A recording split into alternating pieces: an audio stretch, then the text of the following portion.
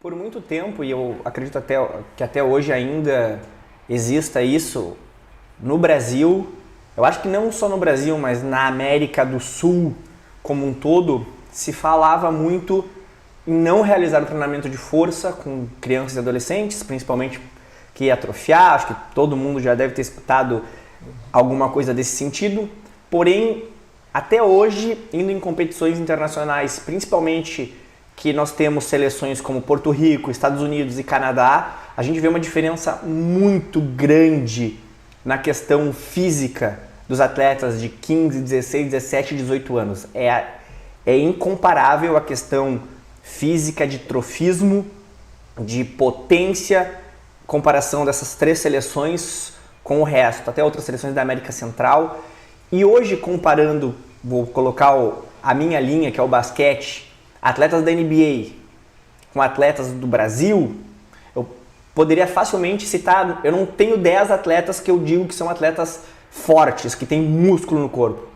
Não tem 10 atletas do principal campeonato de basquete do Brasil que sejam atletas fortes, assim, com musculatura. Pelo contrário, o que eu vejo é que o treinamento de força, ele ainda não é algo bem explorado pelo Brasil e bem diferente dos Estados Unidos, que início de temporada da NBA os caras estão uns monstros. Sim. E aí os caras vão começar a jogar, a desenvolver ali no 2 meses de temporada, porque aí passou aquele período de base, toda aquela preparação para não se lesionar, para ganhar força durante a temporada. O que tu enxerga desse ponto? Não só no basquete, mas no futebol. A gente tem aí exemplos como o Cristiano Ronaldo, que é um cara fora da curva, que sempre teve sua preparação. A gente tem vôlei. Como é que tu enxerga essa relação do treinamento de força dentro do Brasil, dentro da América do Sul, que a gente sempre vê os atletas com menos trofismo, vamos dizer assim? Sim. É uma questão cultural e muito, né, do que a gente tem em termos, a gente tem que trazer para um contexto histórico, que o treinamento de força ele se dividiu em dois eixos, digamos, dois eixos de aplicação prática.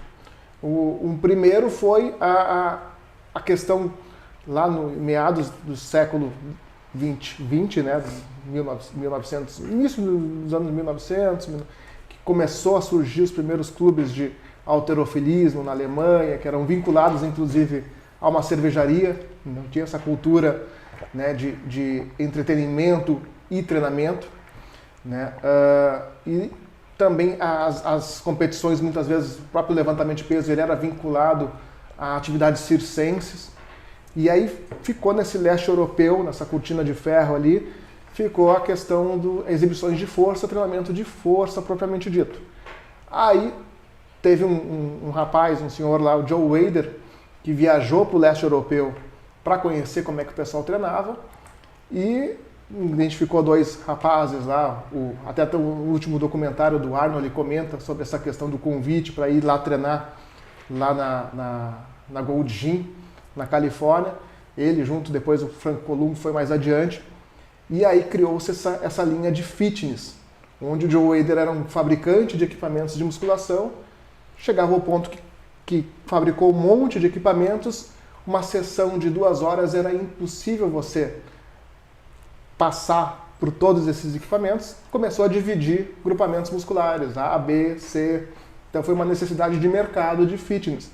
Então muito do que foi implementado nos esportes como preparação da força, não necessariamente foi voltado específico para o esporte. Os americanos tiveram um acaso, uma sorte talvez de, mesmo com a linha fitness, eles mantiveram os exercícios básicos, como preparação, agachamento, levantamento de terra, o deadlift deles, né, saltos, um atleticismo, porque lá você tem a oportunidade de praticar inúmeras atividades esportivas. Você é instruído desde cedo a praticar uma modalidade, não só uma modalidade esportiva, mas o americano no sistema de ensino, ou você vai para o lado do esporte ou vai para o lado das artes.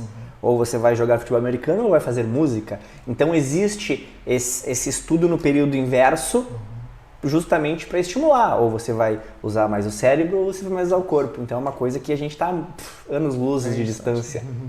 Essa prática, esse turno integral aí, você, né, proporcionar, são atividades, a própria arte, né, ela é vinculada à preparação, ao método de influência visual, método de influência verbal, né, é um treinamento, né, então está vinculado inclusive às artes marciais, né, que se chamam artes marciais devido a isso, porque você tem uma cultura dentro da prática das artes marciais com essa questão artística, né, de expressão corporal, na grande maioria das artes marciais, né, então tem a expressão corpórea, muitas vezes, depois transferiu diretamente para o cinema, a indústria, né, a sétima arte acabou trazendo muito artistas marciais para fazer movimentos e expressar o corpo na frente da telinha. E muitos artistas marciais se tornaram atores, né, famosos aí.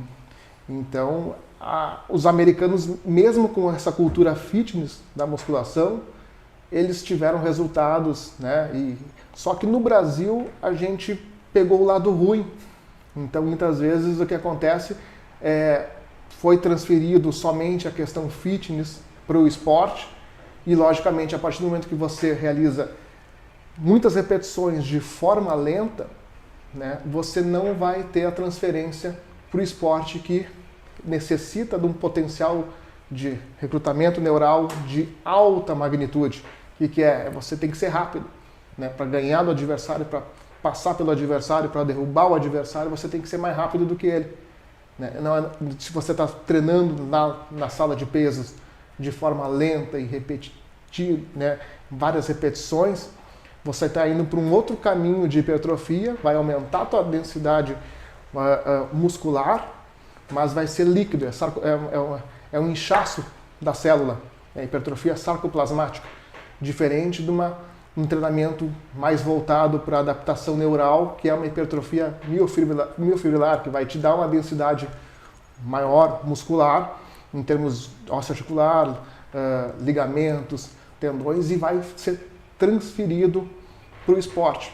Então nós tivemos aí, o que aconteceu foi que os atletas ficaram lentos, lá na década de 70, 80, ficaram musculosos, porém lentos, aí, não, musculação atrapalha.